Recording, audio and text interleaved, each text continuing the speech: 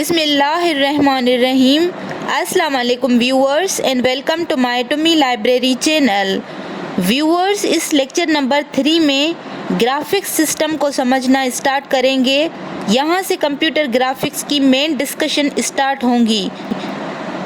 Computer graphics की field में बहुत से टाइप्स के hardware, different hardware and specialised software develop हुए हैं।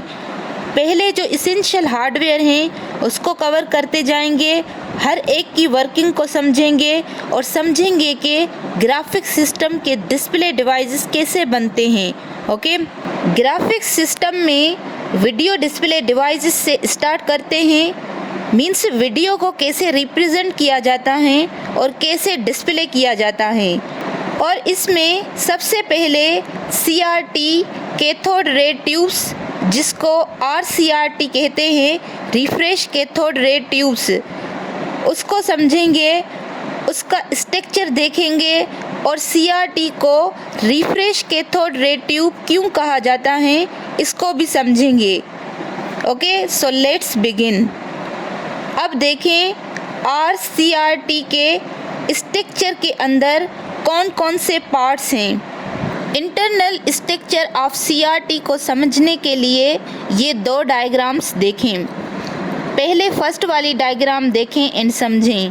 इसमें सबसे पहले कनेक्टर पिंस एंड बेस के पार्ट हैं और फिर इसके अंदर इलेक्ट्रॉन गन फिट हैं और फिर फोकसिंग सिस्टम हैं और फिर नेक्स्ट मैग्नेटिक डिफ्लेक्शन कॉइल्स हैं। लास्ट में electron beams phosphorus coated screen पे हिट हो रही हैं। मीन्स इलेक्ट्रॉन बीम्स जब फास्फोरस कोटेड स्क्रीन पे लगती हैं तो फास्फोरस रोशन हो जाता है, इससे इमेज बनता है।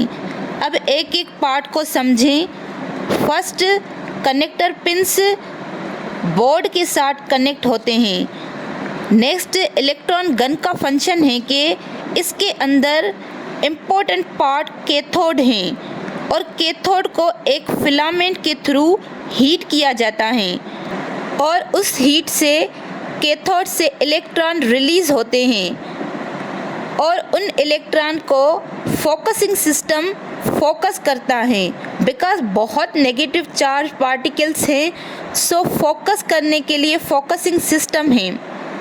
और फिर जिस स्क्रीन की पोजीशन पे बम्बार्ड और हिट करना है उस पोजीशन पे फोकस करने के लिए एक मैग्नेटिक डिफ्लेक्शन कॉइल यूज़ होती हैं जो इलेक्ट्रॉन बीम्स को स्क्रीन के किसी पार्टिकुलर पोजीशन पे हिट करती हैं। मीन्स मैग्नेटिक डिफ्लेक्शन कॉइल का कॉन्सेप्ट है कि जिस पोजीशन पे इलेक्ट्रॉन बीम को हमें ले जाना है स्क्रीन पर फास्फोरस पे हिट या बम्बार्ड करने के लिए, तो इस वजह से मैग्नेटिक डिफ्लेक्शन कॉइल यूज़ करते हैं।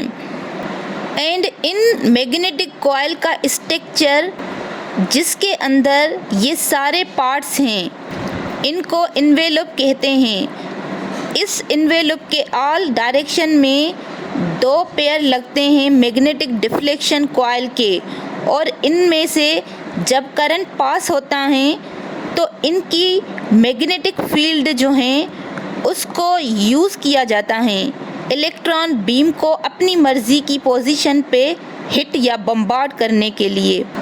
अब ये सेकेंड वन डायग्राम में देखें। इस हीटिंग फिलामेंट को जब करंट पास करते हैं तो जो हीट जनरेट होती हैं वो कैथोड के पास जाती हैं। फिर कैथोड से इलेक्ट्रॉन रिलीज़ होते हैं और इन इलेक्ट्रॉन को कंट्रोल ग्रिड के थ्रू कंट्रोल किया जाता है। बिकॉज जब इलेक्ट्रॉन रिलीज़ होते हैं तो ऑल डायरेक्शन में जाते हैं, तो कंट्रोल ग्रिड का फंक्शन है कि एक डायरेक्शन में कंट्रोल करें। एंड कंट्रोल ग्रिड के अंदर एक होल होता है। बिकॉज जो रिलीज़ इलेक्ट्रॉन हैं तो बम्बार्डमेंट के लिए इनको कंट्रोल ग्रिड के उस होल से पास होके देन फोकसिंग एनोड पे आना होता है। फोकसिंग एनोड का फंक्शन है कि वो इलेक्ट्रॉन बीम को फोकस करता है। देन नेक्स्ट पार्ट के अंदर एक्सीलरेटिंग एनोड होता है।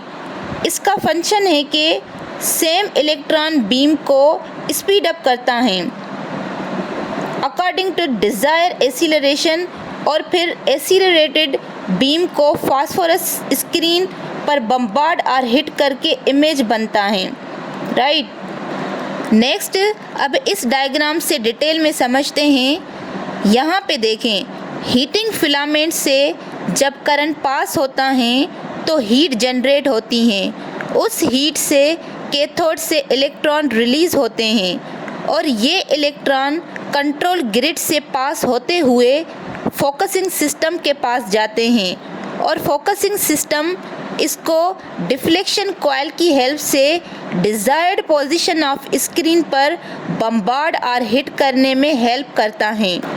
अब समझते हैं कि CRT कैथोड रे ट्यूब को रिफ्रेश कैथोड रे ट्यूब क्यों कहा जाता है। देखें, स्क्रीन पे रोज एंड कॉलम्स होते हैं जिसके ऊपर इमेज को डिस्प्ले किया जाता है। सो जिस पोजीशन पर जो इमेज बनानी है उस पोजीशन पर इस इलेक्ट्रॉन बीम को पहुंचना होता है। बट प्रॉब्लम ये है कि जब फास्फोरस को इलेक्ट्रॉन बीम के थ्रू हिट या बम्बार्ड किया जाता है तो वो थोड़ी देर के लिए रोशन रहता है। इसकी एलिमिनेशन जो है वो थोड़ी देर में डिसिपेट होने लगती हैं। सो इसीलिए किसी भी इमेज को स्क्रीन पे कंटिन्यूस रखने के लिए ज़रूरी होता है कि इसे बार बार रिफ्रेश करें। इस वजह से CRT कैथोड रे ट्यूब पर बेस डिस्प्ले डिवाइस को RCRT means refresh cathode ray tube कहते हैं। जनरली एक सेकेंड के अंदर 60 से 80 टाइम्स फास्फोरस कोटेड स्क्रीन को एलिमिनेट करना पड़ता है, बिकॉज कोई भी फास्फोरस की पोजीशन हो जिसको रोशन करते हैं वो 1/6 सेकेंड से ज़्यादा रोशन नहीं रहता। सो कंटिन्यूस इमेज का इफ़ेक्ट देखना है तो ज़रूरी है कि इस इमेज को जो भी स्क्रीन पर डिस्प्ले करनी है एक सेकेंड में कम से कम 60 से 80 टाइम्स तक रिफ्रेश किया जाए, और ये काम CRT में करते हैं और इसी से इमेज स्क्रीन पे अपीयर होता है। CRT कैथोड रे ट्यूब की लास्ट इमेज देखें एंड समझें। इसमें डिफ्लेक्शन के लिए डिफ्लेक्शन प्लेट्स के 2 पेयर हैं, एक वर्टिकल डिफ्लेक्शन प्लेट है एंड एक हॉरिजॉन्टल डिफ्लेक्शन प्लेट है। पहले हॉरिजॉन्टल डिफ्लेक्शन प्लेट का फंक्शन समझते हैं। तो फंक्शन है कि वो बीम को हॉरिजॉन्टली लेफ़्ट राइट शिफ्ट करने के लिए यूज़ होती हैं, और वर्टिकल डिफ्लेक्शन प्लेट का फंक्शन है कि वो अप एंड डाउन बीम को डिफ्लेक्ट करने के लिए यूज़ होती हैं। बाकी स्ट्रक्चर सेम है कि पहले कनेक्टर पिंस हैं, बेस में इलेक्ट्रॉन गन फिट हैं which is actually a cathode with a heating filament, और फिर फोकसिंग सिस्टम है, और फिर नेक्स्ट डिफ्लेक्शन प्लेट के पेयर्स हैं। देन फास्फोरस कोटेड स्क्रीन पे इलेक्ट्रॉन बीम हिट हो रही हैं, और जिस पोजीशन पे हमें रोशनी चाहिए इमेज बनाने के लिए उस पोजीशन को इसकी हेल्प से रोशन करते हैं। Okay, so magnetic deflection coil की हेल्प से बीम की डिफ्लेक्शन करते हैं, उससे ऊपर या नीचे कर सकते हैं या लेफ़्ट या राइट कर सकते हैं, या फिर इसी इन्वेलप के इंटीरियर में एक मेटालिक कोटिंग वो लगाई जा सकती हैं, और उस कोटिंग को हाई पॉजिटिव वोल्टेज देकर हम एक्सीलरेशन का काम लेते हैं, और जब एक्सीलरेटेड बीम को डिफ्लेक्ट करना होता है तो उसके लिए इसके अंदर डिफ्लेक्शन कॉइल यूज़ होती हैं। Okay, so that's all viewers. Please share, support and subscribe to my channel for more updates. Thank you.